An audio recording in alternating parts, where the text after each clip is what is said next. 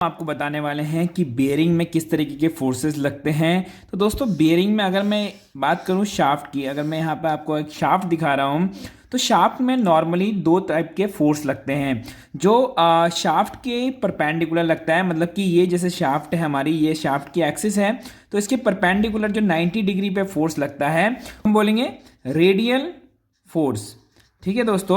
और दूसरा जो शाफ्ट के बिल्कुल एक तरीके से एक्सिस की तरफ लगता है, ये शाफ्ट की एक्सिस है तो इसकी एक्सिस में जो फोर्स लगता है उसको बोलते हैं हम एक्सियल फोर्स। तो दोस्तों ये पहले क्लियर होना चाहिए कि किसको हम रेडियल फोर्स बोलते हैं और किसको एक्सियल फोर्स बोलते हैं। तो दोबारा से मैं बता दूं, जो शाफ्ट है ये हमारी शाफ्ट है, इस शाफ्ट के एक्सिस के जो साथ लगेगा, जो एक्सिस ये शाफ्ट की है, जो शाफ्ट की एक्सिस के बिल्कुल साथ लगेगा पैरेलल फोर्स जो होगा एक्सिस के, उसे बोलेंगे हम एक्सियल फोर्स। और जो शाफ्ट के परपेंडिकुलर होगा, इस शाफ्ट के परपेंडिकुलर यानी कि 90 डिग्री पे जो फोर्स लगते हैं उनको हम बोलते हैं रेडियल फोर्सेस। ठीक है दोस्तों, तो पहला चीज तो ये क्लियर हो गया। उसके बाद अब देखिए बेयरिंग में फोर्स किस किस तरीके के होते हैं ये तो हमने बता दिया, बट कौन सी बेयरिंग में कौन से फोर्सेस लगते हैं और वो किस तरीके से एक्ट करते हैं। तो अब देखिए अगर मैं बात करूं दोस्तों, मैंने जैसे कि बताया था ये हमारा जो फैक्टर हो गया जो ये रेडियल फोर्स का है, तो मैं इसको एफ आर लिख देता हूं, और जो एक्सियल में लग रहा है हम इसको एफ ए लिख देते हैं। ठीक है, ये दो मेरे फैक्टर हो गए, रेडियल फोर्स और एक्सियल फोर्स। अब आपको पता है कि जो कांटेक्ट एंगल बनता है, जैसे किसी किसी बियरिंग में, जैसे कि एंगुलर कांटेक्ट एसी जो बियरिंग होती हैं उनमें एक कांटेक्ट एंगल बनता है जिसको हम थीटा भी बोलते हैं। अब ये कांटेक्ट एंगल कैसे बनता है आपको पता ही होगा, ये कांटेक्ट एंगल यहाँ बनता है। जैसे अगर कोई मेरी सपोज बियरिंग है, ये मैं यहाँ पे बियरिंग दिखा दूँ, तो बियरिंग में यहाँ पे आपको दिखता होगा जो बॉल्स होती हैं थोड़ा सा एंगल में होती हैं, तो वो यहाँ पे कांटेक्ट एंगल बनाती हैं। तो कांटेक्ट एंगल मान लिया थीटा है। अब दोस्तों ये आपको पता चल गया कि ये थीटा है, तो थीटा होगा तो एक फैक्टर इसका यहाँ पे, अगर ये मेरा फोर्सेस लग रहे हैं, ये मेरा फोर्सेस एक्चुअली में लग रहे हैं, तो ये फैक्टर जो हमारा रेडियल फैक्टर हो जाएगा ये हो जाएगा एफ कॉस थीटा, और यहाँ पे जो दूसरा फैक्टर हो जाएगा यहाँ पे एफ ए हो जाएगा एफ साइन थीटा। ये आपको समझ आया कैसे हुआ, ये मैं दोबारा समझा देता हूँ आपको। देखिए अगर मेरे नॉर्मली आपको पता होगा ये हमारे एक्चुअल फोर्सेस हैं एफ, यहाँ पे थीटा बनना है, ये मेरा रेडियल फोर्स है, ये एक्सियल फोर्स है। तो आपको पता होगा जब ये आपने ट्रिग्नोमेट्रिक पढ़ी होगी तो यहाँ पे क्योंकि ये हमारा एक हाइपोटेनियस है तो हाइपोटेनियस एफ है, तो हमें पता है कि साइन थीटा इक्वल टू होता है अपना जो परपेंडिकुलर वाला, परपेंडिकुलर हमारा एफ ए है तो F A divide by F. तो इसीलिए जो यहाँ पे हमारा एफ ए है एक्सियल फोर्स वो एफ साइन थीटा हो रहा है, और जो एफ आर है वो एफ सिमिलर वे से एफ कॉस थीटा हो जाएगा। ठीक है, तो ये तो दो फैक्टर हो गए जिसके बेस पे हम बता रहे हैं कि एक्सियल फोर्स क्या होगा और रेडियल फोर्स क्या होगा। अब हम बताते हैं, देखिए दोस्तों, को हम एक्सियल बेयरिंग बोलेंगे और किस बेयरिंग को रेडियल बेयरिंग बोलेंगे। तो जैसे मैंने बताया एफ साइन थीटा हमारा एक्सियल फोर्स है और एफ कॉस थीटा हमारा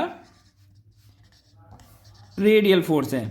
ठीक है, तो इनमें से जो भी फैक्टर हमारा बड़ा होगा, जैसे कि अगर इफ एफ साइन थीटा की जो वैल्यू होगी ग्रेटर देन होगी एफ कॉस थीटा से, तो अगर क्योंकि एफ साइन थीटा हमारा एक्सियल फोर्स है और एफ कॉस थीटा हमारा रेडियल फोर्स है, तो अगर एक्सियल फोर्स रेडियल फोर्स से ज़्यादा बड़े हैं तो हम उसके लिए एक्सियल बेयरिंग का यूज़ करेंगे, एक्सियल बेयरिंग का यूज़ करेंगे जिसमें एक्सियल फोर्स लेने की कैपेबिलिटी ज़्यादा होगी। ठीक अपोजिट अगर एफ कॉस थीटा, मतलब कि अगर रेडियल फोर्स हमारे बड़े हो जाते हैं एफ साइन थीटा से, मतलब कि अगर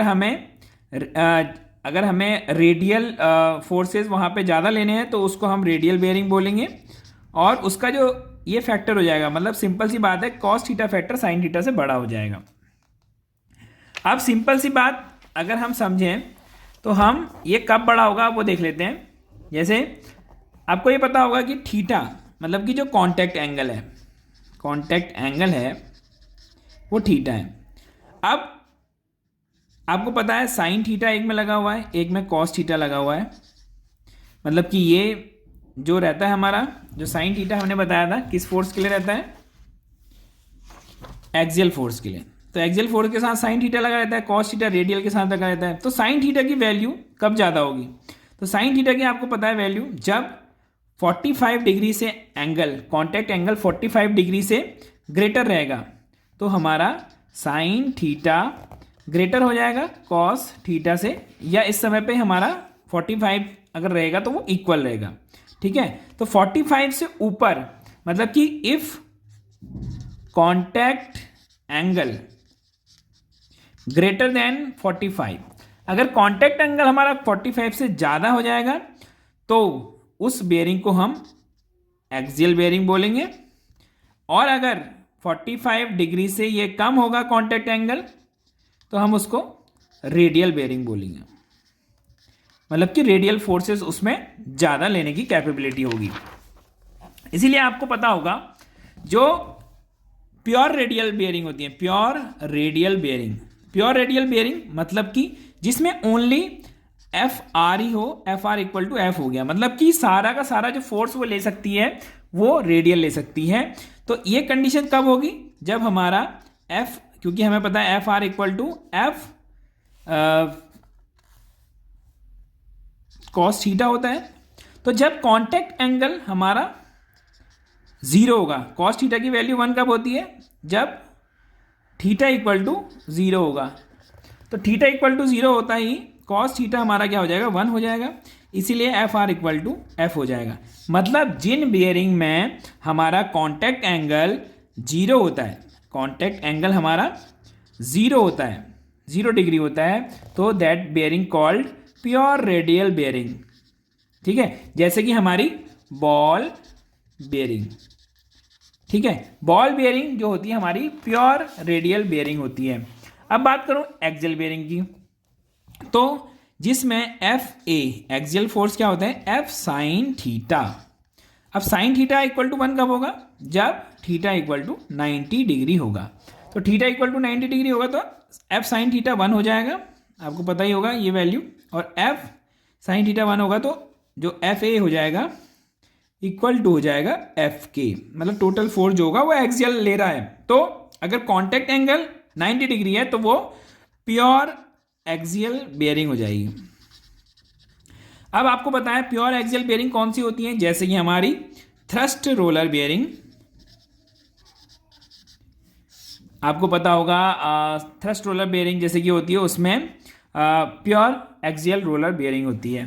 ठीक है, अब बात करते हैं मिक्स, मतलब कि जो दोनों लोड को ले सकता है। आपको पता होगा दोस्तों स्पिंडल है, एक्सिस है, या जो भी हमारे एक्सिस मूवमेंट होते हैं, स्पिंडल मूवमेंट होते हैं। आपको पता है जो रोटेशन होता है, स्पिंडल में रोटेशन होता है, और रोटेशन के टाइम पे जो हमारे फोर्सेस लगते हैं वो होते हैं रेडियल फोर्सेस।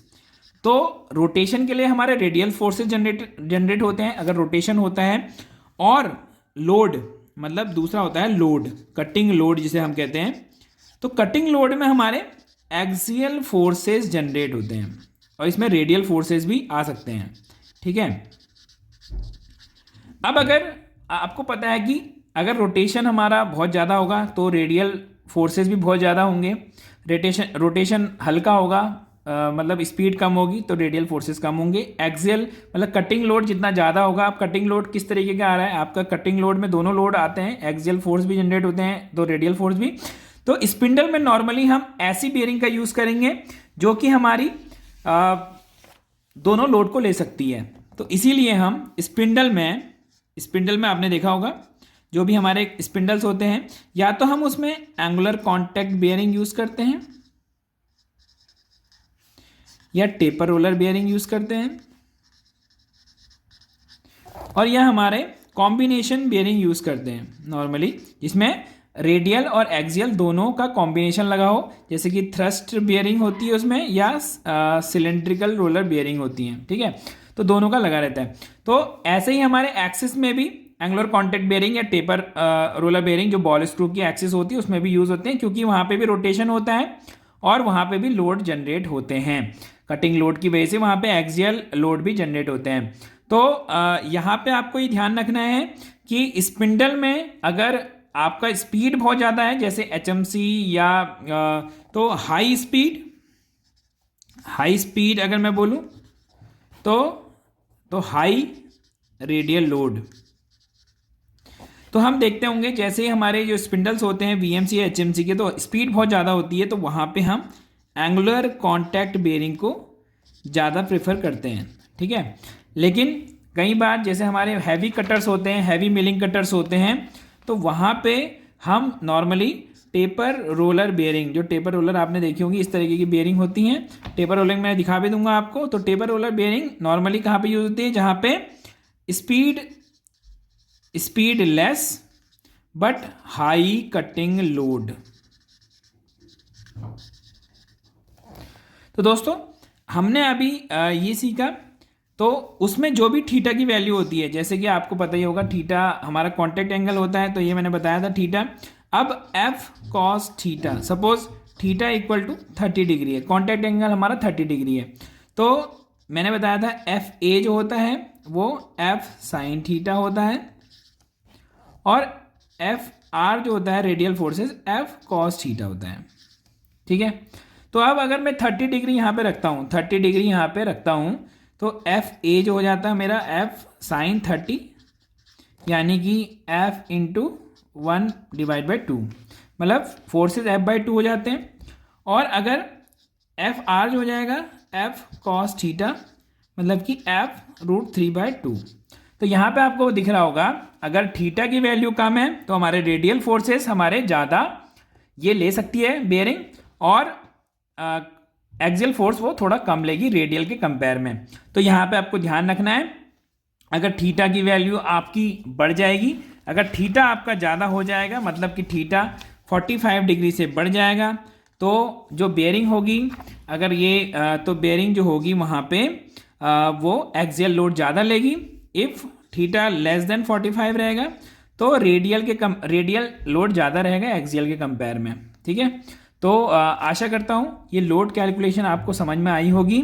और इन लोड कैलकुलेशन जैसे कि आप यहाँ पे देख सकते हैं, हमने कहाँ से स्टार्ट किया था, तो सबसे पहले हमने बात करी थी यहाँ पे एक्सियल और रेडियल फोर्स क्या होते हैं। एक्सियल फोर्स हमारे एक्सिस के बिल्कुल साथ में लगते हैं और रेडियल बिल्कुल परपेंडिकुलर 90 डिग्री पे। अब इन फोर्स में अगर मैं फैक्टराइज करूँ तो यहाँ पे देखिए, अगर इस तरीके से बेयरिंग में आपको पता है कॉन्टैक्ट एंगल भी होते हैं एंगुलर कॉन्टैक्ट बेयरिंग में, तो कॉन्टैक्ट एंगल अगर मैं थीटा मानूं तो एफ कॉस थीटा हमारा हो जाएगा रेडियल फोर्स का फैक्टर, और एफ ए जो एफ साइन थीटा हो जाएगा एक्सियल फोर्स का फैक्टर। फिर यहाँ पे हमने बात करी थी कि देखिए इस तरीके से फैक्टराइज हो जाता है, और आपको पता होगा टिक्नोमेट्रिक के हिसाब से साइन थीटा इक्वल टू क्या होता है, जो हमारा परपेंडिकुलर वाली एक्सिस होती है, जैसे थीटा ये है, बेस ये है हमारा, परपेंडिकुलर ये है और हाइपोटेनियस ये है, तो परपेंडिकुलर डिवाइड बाय हाइपोटेनियस, तो इसलिए एफ ए हो जाता है हमारा axial force F sine theta, और एफ आर हो जाता है radial force F cos theta. अब यहाँ पे पता होगा आपको साइन थीटा, ये हमने ऑलरेडी बता दिया, तो एफ साइन थीटा मतलब कि एक्सियल फोर्स जहाँ पे भी ज़्यादा हो जाएंगे रेडियल फोर्सेस से, तो उसको एक्सियल बेयरिंग वहाँ पे हम यूज़ करेंगे, और जहाँ पे हमारा एफ कॉस थीटा मतलब रेडियल फोर्स ज़्यादा हो जाएंगे एक्सियल फोर्स से, तो वहाँ पे हम रेडियल बेयरिंग का यूज़ करेंगे।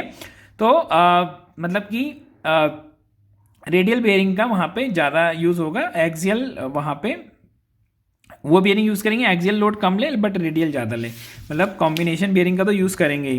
साथ में थीटा जो होता है हमारा कॉन्टैक्ट एंगल होता है, तो साइन थीटा और कॉस थीटा भी कौन ज़्यादा बड़ा है वो थीटा पे डिपेंड करता है, क्योंकि आपको पता है थीटा की वैल्यू अलग अलग जगह पे अलग अलग होती है, जैसे कि 45 डिग्री पे ये दोनों ही इक्वल होते हैं, तो 45 डिग्री से जैसे ही ऊपर जाएगा वैल्यू, तो 45 से साइन थीटा बढ़ता है, इसलिए वहाँ पे एक्सियल फोर्स बढ़ते हैं और रेडियल कम हो जाते हैं, और अगर मैं 45 से कम रखता हूँ कॉन्टैक्ट एंगल को तो रेडियल फोर्सेस ज़्यादा हो जाते हैं। अब उसके बाद प्योर रेडियल की बात करें तो प्योर रेडियल मतलब कि उसमें केवल रेडियल फोर्स वो बेयरिंग ले सकती है, तो वहाँ पे कोई भी हमारा जो थीटा रहेगा कॉन्टैक्ट एंगल उस बेयरिंग में 0 रहेगा, तो ये प्योर हमारी रेडियल बेयरिंग हो जाएगी। और ऐसी बेयरिंग में पूरा का पूरा फोर्स जो होता है वो रेडियल में आता है, और कांटेक्ट एंगल 0 होने की वजह से उसे प्योर रेडियल बेयरिंग कहते हैं, जैसे कि हमारी बॉल बेयरिंग एग्जाम्पल के लिए।